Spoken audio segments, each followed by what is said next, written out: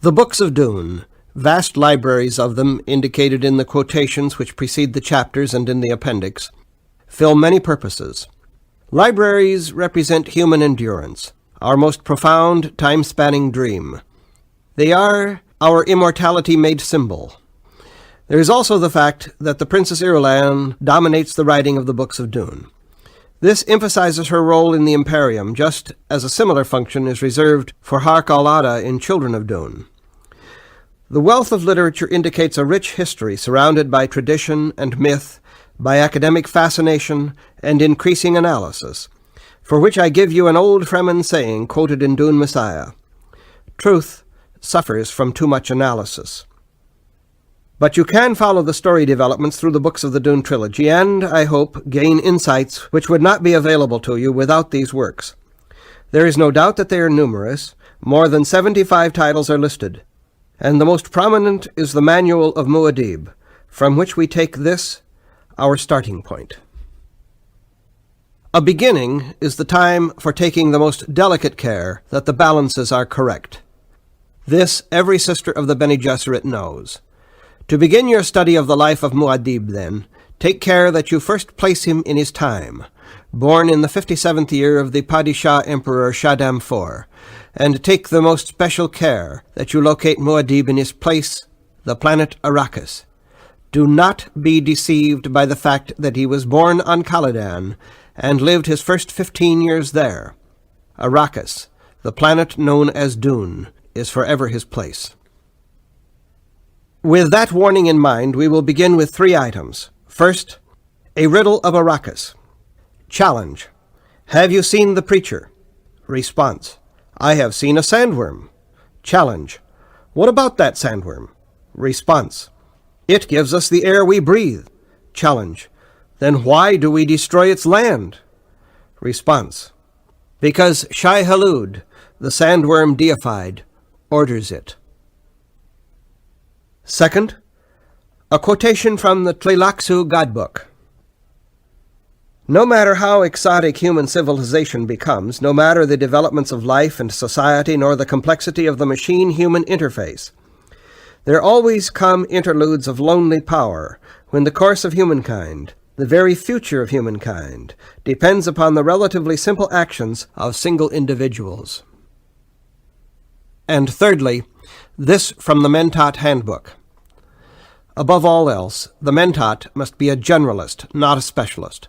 It is wise to have decisions of great moment monitored by generalists. Experts and specialists lead you quickly into chaos. They are a source of useless nitpicking, the ferocious quibble over a comma. The mentat generalist, on the other hand, should bring to decision-making a healthy common sense. He must not cut himself off from the broad sweep of what is happening in his universe.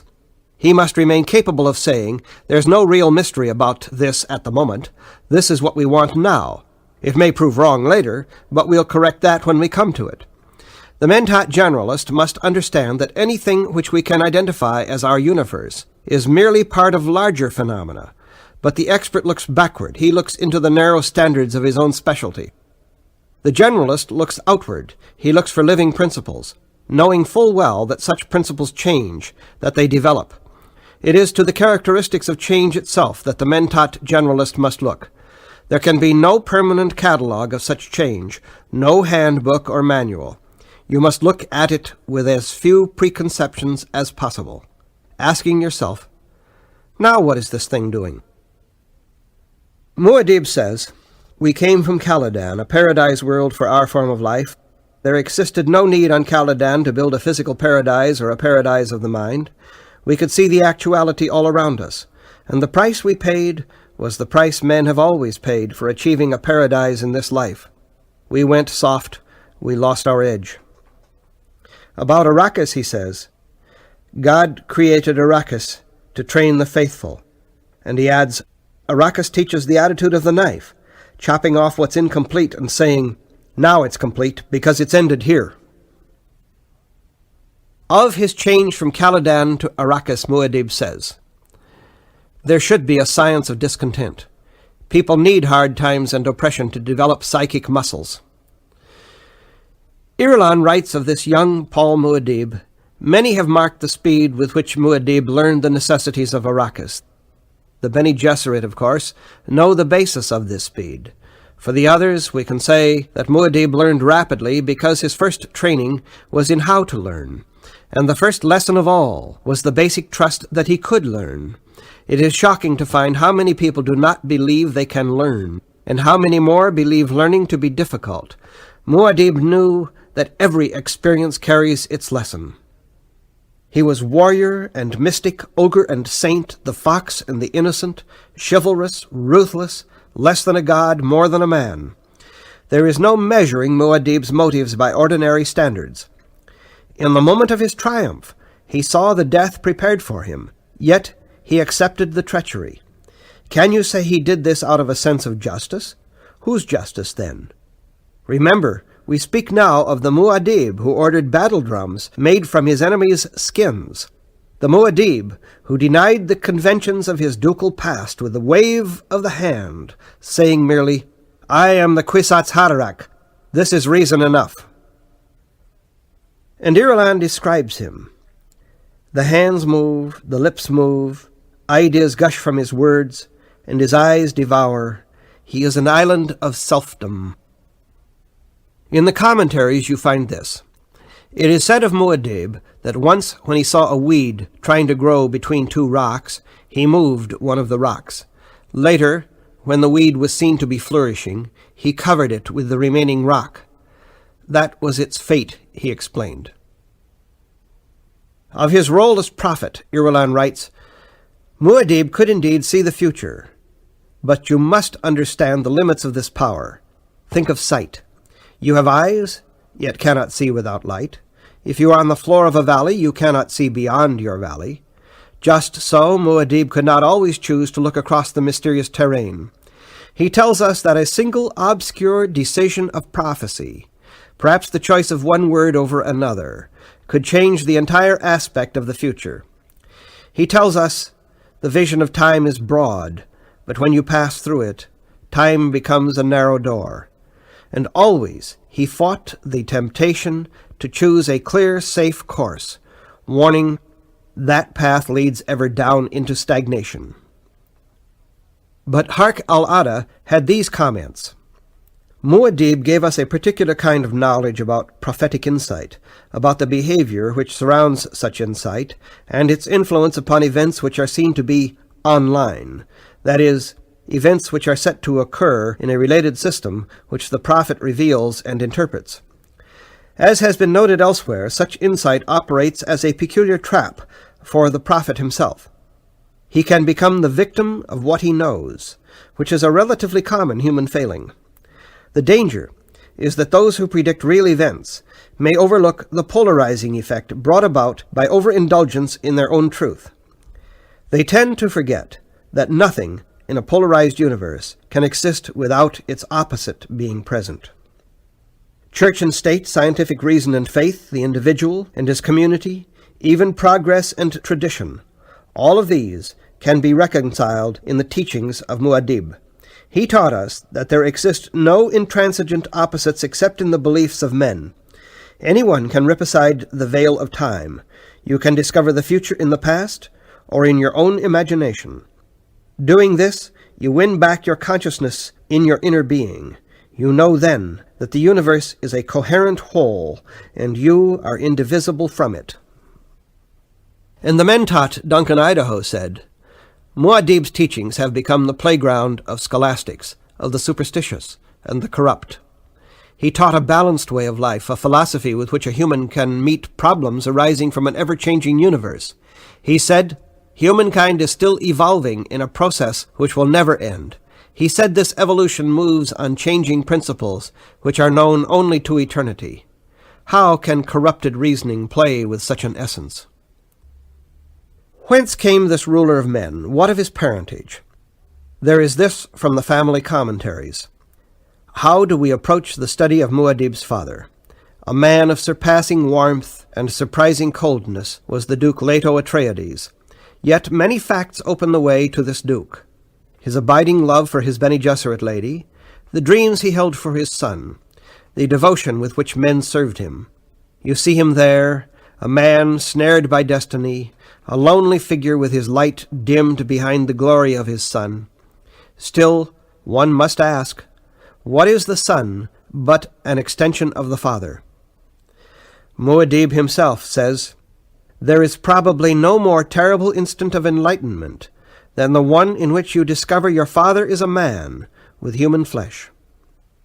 In A Child's History of Muad'Dib you find, "There is a legend that the instant the Duke Leto Atreides died, a meteor streaked across the skies above his ancestral palace on Caladan." And an anonymous chronicler penned these lines at the Duke's shrine. "This rocky shrine to the skull of a ruler grants no prayers. It has become the grave of lamentations. Only the wind hears the voice of this place. The cries of night creatures and the passing wonder of two moons all say, his day has ended. No more supplicants come. The visitors have gone from the feast.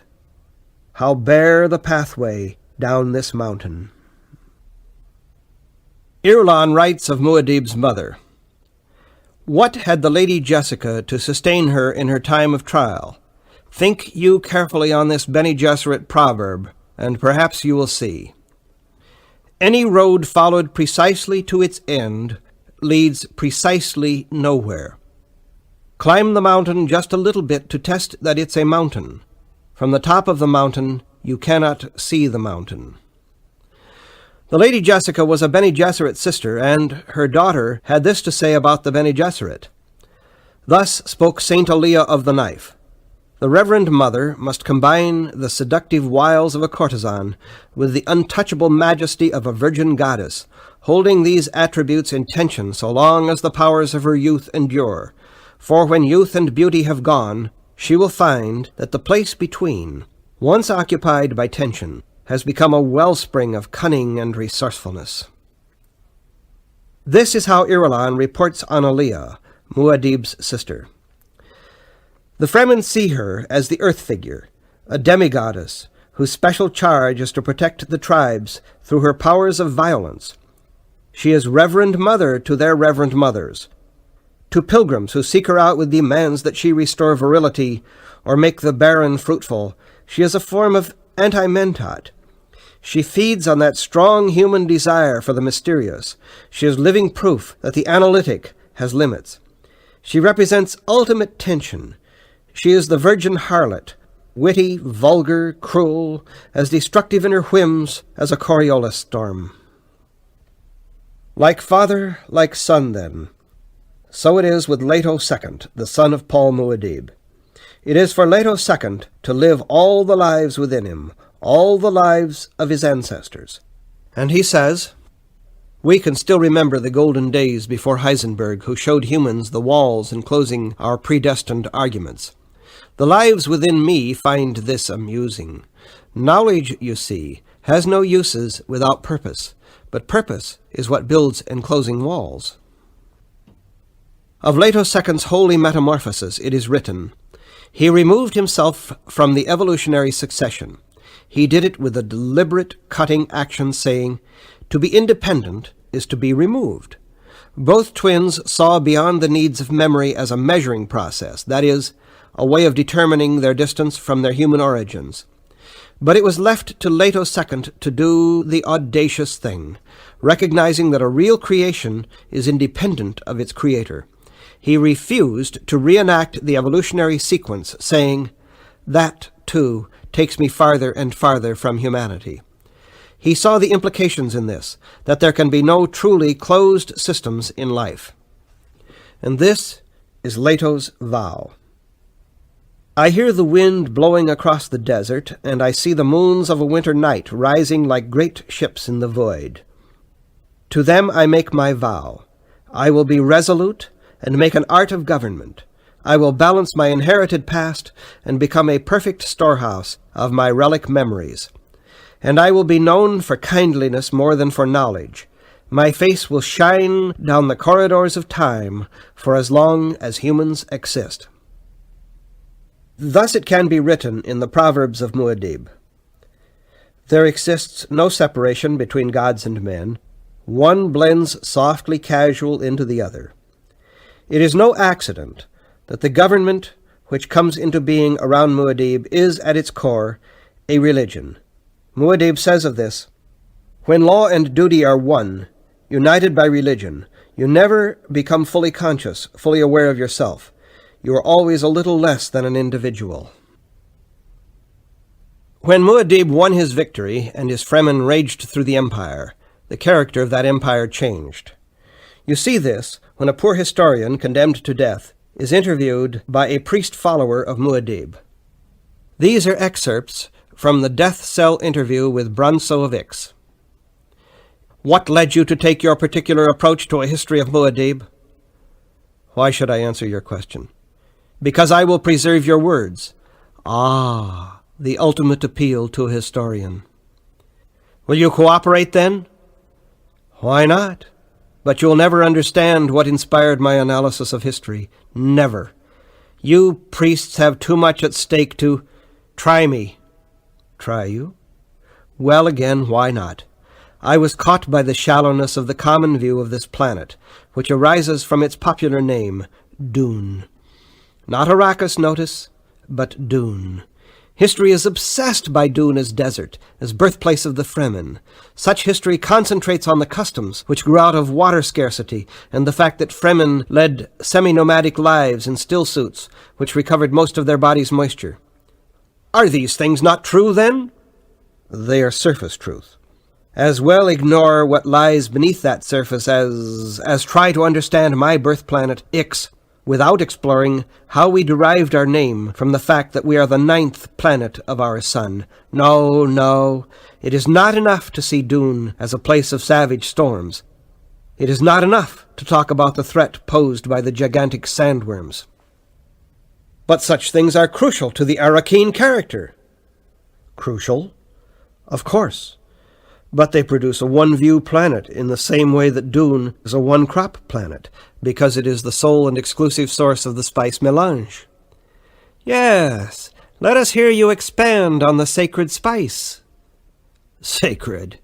As with all things sacred, it gives with one hand, and it takes with the other. It extends life and allows the adept to foresee his future, but it ties him to a cruel addiction and marks his eyes as yours are marked. Total blue without any white. Your eyes, your organs of sight, become one thing without contrast, a single view. Such heresy brought you to this cell. I was brought to this cell by you priests. As with all priests, you learned early to call the truth heresy. You are here because you dared to say that Paul Atreides lost something essential to his humanity before he could become Muad'Dib. Not to speak of losing his father here in the Harkonnen War, nor the death of Duncan Idaho, who sacrificed himself that Paul and the Lady Jessica could escape. Your cynicism is duly noted. Cynicism. That no doubt is a greater crime than heresy. But you see, I'm not really a cynic. I'm just an observer and commentator. I saw true nobility in Paul as he fled into the desert with his pregnant mother. Of course, she was a great asset as well as a burden. The flaw in you historians is that you'll never leave well enough alone. You see true nobility in the holy Muad'Dib, but you must append a cynical footnote. It's no wonder that the Bene Gesserit also denounce you. You priests do well to make common cause with the Bene Gesserit sisterhood. They too survive by concealing what they do, but they cannot conceal the fact that the Lady Jessica was a Bene Gesserit trained adept. You know she trained her son in the sisterhood's ways. My crime was to discuss this as a phenomenon, to expound upon their mental arts and their genetic program. You don't want attention called to the fact that Muad'Dib was the sisterhood's hoped-for captive messiah, that he was their Kvisatz Haderach before he was your prophet. If I had any doubts about your death sentence, you have dispelled them. I can only die once. There are deaths, and there are deaths. Beware lest you make a martyr of me. I do not think Muad'Dib. Tell me, does Muad'Dib know what you do in these dungeons? We do not trouble the Holy Family with trivia. And for this Paul Atreides fought his way to a niche among the Fremen. For this he learned to control and ride the sandworm. It was a mistake to answer your questions, Inquisitor. But I will keep my promise to preserve your words. Will you really? Then listen to me carefully, you Fremen degenerate, you priest with no god except yourself. You have much to answer for. It was a Fremen ritual which gave Paul his first massive dose of melange, thereby opening him to visions of his future. It was a Fremen ritual by which that same melange awakened the unborn Aaliyah in the Lady Jessica's womb. Have you considered what it meant for Aaliyah to be born into this universe, fully cognitive, possessed of all her mother's memories and knowledge? No rape could be more terrifying. Without the sacred melange, Muad'Dib would not have become leader of all Fremen. Without her holy experience, Aaliyah would not be Aaliyah. Without your blind Fremen cruelty, you would not be a priest. Ah, I know you Fremen. You think Muad'Dib is yours because he mated with Chani, because he adopted Fremen customs. But he was an Atreides first, and he was trained by a Bene Gesserit adept. He possessed disciplines totally unknown to you. You thought he brought you new organization and a new mission. He promised to transform your desert planet into a water-rich paradise, and while he dazzled you with such visions, he took your virginity. Such heresy does not change the fact that the ecological transformation of Dune proceeds apace. And I committed the heresy of tracing the roots of that transformation, of exploring the consequences. That battle out there on the plains of Arrakeen may have taught the universe that Fremen could defeat Imperial Sardaukar, but what else did it teach? When the stellar empire of the Corrino family became a Fremen empire under Muad'Dib, what else did the empire become? Your jihad only took 12 years, but what a lesson it taught. Now the empire understands the sham of Muad'Dib's marriage to the Princess Irulan. You dare accuse Muad'Dib of sham? Though you kill me for it, it's not heresy. The princess became his consort, not his mate. Chani, his little Fremen darling, she's his mate. Everyone knows this. Irulan was the key to a throne, nothing more. It's easy to see why those who conspire against Muad'Dib use your analysis of history as their rallying argument. I'll not persuade you, I know that. But the argument of the conspiracy came before my analysis. 12 years of Muad'Dib's jihad created the argument. That's what united the ancient power groups and ignited the conspiracy against Muad'Dib. Muad'Dib says of this, "You cannot avoid the interplay of politics within an orthodox religion. This power struggle permeates the training, educating, and disciplining of the orthodox community. Because of this pressure, the leaders of such a community inevitably must face that ultimate internal question, to succumb to complete opportunism as the price of maintaining their rule, or risk sacrificing themselves for the sake of the orthodox ethic. It is a paradox, as Muad'Dib notes. Deep in the human unconscious is a pervasive need for a logical universe that makes sense, but the real universe is always one step beyond logic." He adds, "There exists a limit to the force even the most powerful may apply without destroying themselves. Judging this limit is the true artistry of government. Misuse of power is the fatal sin. The law cannot be a tool of vengeance, never a hostage, nor a fortification against the martyrs it has created. You cannot threaten any individual and escape the consequences. Good government never depends upon laws, but upon the personal qualities of those who govern. The machinery of government is always subordinate to the will of those who administer that machinery. The most important element of government, therefore, is the method of choosing leaders." Harq al-Ada's comment on the Butlerian Jihad is pertinent here. The assumption that a whole system can be made to work better through an assault on its conscious elements betrays a dangerous ignorance. This has often been the ignorant approach of those who call themselves scientists and technologists. And the instruction manual of the Missionaria Protectiva adds another pertinent note. These are illusions of popular history, which a successful religion must promote. Evil men never prosper. Only the brave deserve the fair. Honesty is the best policy. Actions speak louder than words. Virtue always triumphs. A good deed is its own reward. Any bad human can be reformed. Religious talismans protect one from demon possession. Only females understand the ancient mysteries. The rich are doomed to unhappiness. And even more pertinent are the words from the workbook of Liet Kynes, first planetologist of Arrakis. Because of the one-pointed time awareness in which the conventional mind remains immersed, humans tend to think of everything in a sequential, word-oriented framework. This mental trap produces very short-term concepts of effectiveness and consequences, a condition of constant, unplanned responses to crises. Although he uses laws and legal orders to rule, Muad'Dib sees this in terms of energy. He says, "The convoluted wording of legalisms grew up around the necessity to hide from ourselves the violence we intend toward each other. Between depriving a man of 1 hour from his life and depriving him of his life, there exists only a difference of degree. You have done violence to him, consumed his energy. Elaborate euphemisms may conceal your intent to kill, but behind any use of power over another, the ultimate assumption remains, I feed on your energy."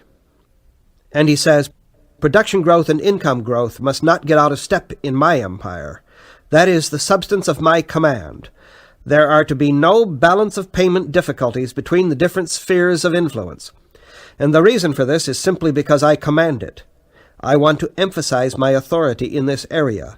I am the supreme energy eater of this domain, and will remain so, alive or dead. My government is the economy." This is the fallacy of power. Ultimately, it is effective only in an absolute, a limited universe. But the basic lesson of our relativistic universe is that things change. Any power must always meet a greater power. Paul Muad'Dib taught this lesson to the Sardaukar on the plains of Arrakeen. His descendants have yet to learn the lesson for themselves. Muad'Dib says, "Empires do not suffer emptiness of purpose at the time of their creation. It is when they have become established that aims are lost and replaced by vague ritual." The roots of such ideas are to be found in the Bene Gesserit teachings, as witness these quotations. Governments, if they endure, always tend increasingly toward aristocratic forms. No government in history has been known to evade this pattern, and as the aristocracy develops, government tends more and more to act exclusively in the interests of the ruling class, whether that class be hereditary royalty, oligarchs of financial empires, or entrenched bureaucracy. Or this: in all major socializing forces, you will find an underlying movement to gain and maintain power through the use of words. From witch doctor to priest to bureaucrat, it is all the same. A governed populace must be conditioned to accept power words as actual things, to confuse the symbolized system with the tangible universe.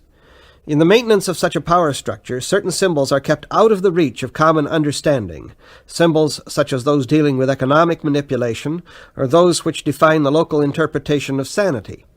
Symbol secrecy of this form leads to the development of fragmented sublanguages, each being a signal that its users are accumulating some form of power. And the Bene Gesserit Panoplia Prophetica says, "If you believe certain words, you believe their hidden arguments. When you believe something is right or wrong, true or false, you believe the assumptions in the words which express the arguments. Such assumptions are often full of holes, but remain most precious to the convinced." Muad'Dib says, "How often it is that the angry man rages denial of what his inner self is telling him." He adds, "The concept of progress acts as a protective mechanism to shield us from the terrors of the future." Muad'Dib often appears both cynical and wise. He says, "Greatness is a transitory experience. It is never consistent. It depends in part upon the myth-making imagination of humankind. The person who experiences greatness must have a feeling for the myth he is in. He must reflect what is projected upon him, and he must have a strong sense of the sardonic. This is what uncouples him from belief in his own pretensions. The sardonic is all that permits him to move within himself. Without this quality, even occasional greatness will destroy a man. Sometimes Muad'Dib rages. I've had a belly full of the god and priest business. You think I don't see my own mythos? Consult your data once more, hate. I've insinuated my rights into the most elementary human acts. The people eat in the name of Muad'Dib, they make love in my name, are born in my name, cross the street in my name. A roof beam cannot be raised in the lowliest hovel of far Ganja Shri without invoking the blessing of Muad'Dib. Sometimes he quotes the Bene Gesserit litany against fear. Fear is the mind killer. Fear is the little death that brings total obliteration. I will face my fear. I will permit it to pass over me and through me, and when it has gone past me, I will turn to see fear's path. Where the fear has gone, there will be nothing. Only I will remain. Muad'Dib writes to the Lansrad ruling council. Control the coinage and the courts, let the rabble have the rest. Thus the Padishah Emperor advises you, and he tells you, if you want profits, you must rule. There is truth in these words, but I ask myself, who are the rabble and who are the ruled? And to CHOAM, the interplanetary corporation which is the economic arm of the empire, he writes, what you of the CHOAM Directorate seem unable to understand is that you seldom find real loyalties in commerce. When did you last hear of a clerk giving his life for the company? Perhaps your deficiency rests in the false assumption that you can order men to think and cooperate. This has been a failure of everything from religions to general staffs throughout history. General staffs have a long record of destroying their own nations. As to religions, I recommend a rereading of Thomas Aquinas. And as to you of CHOAM, what nonsense you believe. Men must want to do things out of their own innermost drives. People, not commercial organizations or chains of command, are what make great civilizations work. Every civilization depends upon the quality of the individuals it produces. If you over-organize humans, over-legalize them, suppress their urge to greatness, they cannot work and their civilization collapses. He asks, what do you despise? By this are you truly known. And in the next breath he says, there is in all things a pattern that is part of our universe. It has a symmetry, elegance, and grace. Those qualities you find always in that which the true artist captures. You can find it in the turning of the seasons, in the way sand trails along a ridge, in the branch clusters of the creosote bush, or the pattern of its leaves. We try to copy these patterns in our lives and our society, seeking the rhythms, the dance, the forms that comfort. Yet it is possible to see peril in the finding of ultimate perfection. It is clear that the ultimate pattern contains its own fixity. In such perfection, all things move toward death. In despair, Muad'Dib cries out, there is no escape. We pay for the violence of our ancestors.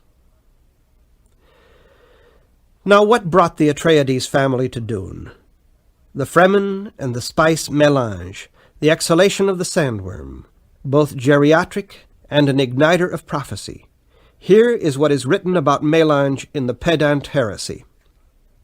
It is commonly reported, my dear Georad, that there exists great natural virtue in the mélange experience. Perhaps this is true. There remain within me, however, profound doubts that every use of mélange always brings virtue. Meseems that certain persons have corrupted the use of mélange in defiance of God. In the words of the Ecumenon, they have disfigured the soul. They skim the surface of mélange, and believe thereby to attain grace. They deride their fellows, do great harm to godliness, and they distort the meaning of the abundant gift maliciously. Surely a mutilation beyond the power of man to restore. To be truly at one with the virtue of the spice, uncorrupted in all ways, full of goodly honor, a man must permit his deeds and his words to agree. When your actions describe a system of evil consequences, you should be judged by those consequences, and not by your explanations. It is thus that we should judge Muad'Dib. It's no wonder that that's called the pedant heresy. Of the Fremen, Muad'Dib says, The Fremen were supreme in that quality the ancients called Spannungsbogen, which is the self-imposed delay between desire for a thing and the act of reaching out to grasp that thing. Muad'Dib's son is speaking of the Fremen when he says, "A sophisticated human can become primitive. What this really means is that the human's way of life changes. Old values change, become linked to the landscape with its plants and animals. This new existence requires a working knowledge of those multiplex and cross-linked events usually referred to as nature. It requires a measure of respect for the inertial power within such natural systems. When a human gains this working knowledge and respect, that is called being primitive. The converse, of course, is equally true. The primitive can become sophisticated, but not without accepting dreadful psychological damage." A Bene Gesserit report says, "Fremen speech implies great concision, a precise sense of expression. It is immersed in the illusion of absolutes. Its assumptions are a fertile ground for absolutist religions. Furthermore, Fremen are fond of moralizing. They confront the terrifying instability of all things with institutionalized statements. They say, 'We know there is no summa of all attainable knowledge. That is the preserve of God. But whatever men can learn, men can contain.' Out of this knife-edged approach to the universe, they carve a fantastic belief in signs and omens and in their own destiny. This is an origin of their Kralazak legend, the war at the end of the universe." Liet Kynes is quoted by Hark al-Ada. "Fremen were the first humans to develop a conscious-unconscious symbology through which to experience the movements and relationships of their planetary system. They were the first people anywhere to express climate in terms of a semi-mathematical language, whose written symbols embody and internalize the external relationships. The language itself was part of the system it described. Its written form carried the shape of what it described. The intimate local knowledge of what was available to support life was implicit in this development. One can measure the extent of this language-system interaction by the fact that Fremen accepted themselves as foraging and browsing animals." Hark al-Ada writes, "After the Fremen, all planetologists see life as expressions of energy and look for the overriding relationships. In small pieces, bits and parcels, which grow into general understanding, the Fremen racial wisdom is translated into a new certainty. The thing Fremen have as a people, any people can have. They need but develop a sense for energy relationships. They need but observe that energy soaks up the patterns of things and builds with those patterns." And Stilgar, the Fremen Naib, says, "A Fremen dies when he is too long from the desert. This we call the water sickness." Even the preacher speaks to the Fremen tragedy. I will not argue with the Fremen claims that they are divinely inspired to transmit a religious revelation. It is their concurrent claim to ideological revelation which inspires me to shower them with derision. Of course they make the dual claim in the hope that it will strengthen their Mandarinate and help them to endure in a universe which finds them increasingly oppressive. It is in the name of all those oppressed people that I warn the Fremen. Short-term expediency always fails in the long term. There are clues to the mysteries of the Fremen and Muad'Dib in the songs of Dune. Listen to their words. "O doctor of beasts, to a green snail shell with its timid miracle hidden awaiting death, you come as a deity. Even snails know that gods obliterate, and cures bring pain, that heaven is seen through a door of flame. O doctor of beasts, I am the man-snail who sees your single eye peering into my shell. Why, Muad'Dib, why?" And, "O seas of Caladan, O people of Duke Leto, citadel of Leto, fallen forever." Or this, "Orchards and vineyards and full-breasted houris, and a cup overflowing before me. Why do I babble of battles and mountains reduced to dust? Why do I feel these tears? Heavens stand open and scatter their riches, my hands need but gather their wealth. Why do I think of an ambush and poison in molten cup? Why do I feel my years? Love's arms beckon with their naked delights, and Eden's promise of ecstasies. Why do I remember the scars, dream of old transgressions, and why do I fear to sleep?" And this from the moon falls down. He has gone from Aliyah, the womb of heaven. Holy, holy, holy. Fire-sand leagues confront our Lord. He can see without eyes. A demon upon him. Holy, holy, holy. Equation he solved for martyrdom. There is the dirge for Jameis. Do you wrestle with dreams? Do you contend with shadows? Do you move in a kind of sleep? Time has slipped away, your life is stolen. You tarried with trifles, victim of your folly. And these 4 lines. O Paul, thou Muad'Dib, Mahdi of all men, thy breath exhaled, sent forth the hurricane. Or these. O worm of many teeth, canst thou deny what has no cure? The flesh and breath which lure thee to the ground of all beginnings, feed on monsters twisting in a door of fire. Thou hast no robe in all thy attire to cover intoxications of divinity or hide the burnings of desire. And a children's ditty. There was a man so wise, he jumped into a sandy place and burnt out both his eyes. And when he knew his eyes were gone, he offered no complaint. He summoned up a vision and made himself a saint. Or a love song. My woman stands at her window, curved lines gainst square glass, upraised arms bent, downfolded, gainst sunset red and golded. Come to me, warm arms of my lass, for me, the warm arms of my lass. Or a Fremen hearth song. The CH at the desert's rim was Liat's, was Kain's, was Stilgar's, was Muad'Dib's, and once more was Stilgar's. The Naibs one by one sleep in the sand, but the CH endures. I should add a Tlilaxu epigram. Here lies a toppled god, his fall was not a small one. We did but build his pedestal, a narrow and a tall one. Muad'Dib recognized that atrocities have been committed in his name and that more would come. And this is an echo in these words from the Apocrypha. Atrocity is recognized as such by the victim and perpetrator alike, by all who learn about it at whatever remove. Atrocity has no excuses, no mitigating argument. Atrocity never balances or rectifies the past. Atrocity merely arms the future for more atrocity. It is self-perpetuating upon itself, a barbarous form of incest. Whoever commits atrocity also commits those future atrocities thus bred.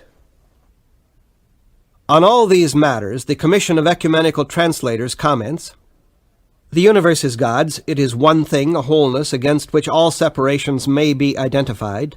Transient life, even that self-aware and reasoning life which we call sentient, holds only fragile trusteeship in any portion of the wholeness. Muad'Dib appears to be saying something similar when he speaks to his Fedaykin. The universe is just there. That's the only way a Fedaykin can view it and remain the master of his senses. The universe neither threatens nor promises. It holds things beyond our sway. The fall of a meteor, the eruption of a spice blow, growing old and dying. These are the realities of this universe, and they must be faced regardless of how you feel about them. You cannot fend off such realities with words. They will come at you in their own wordless way, and then you will understand what is meant by life and death.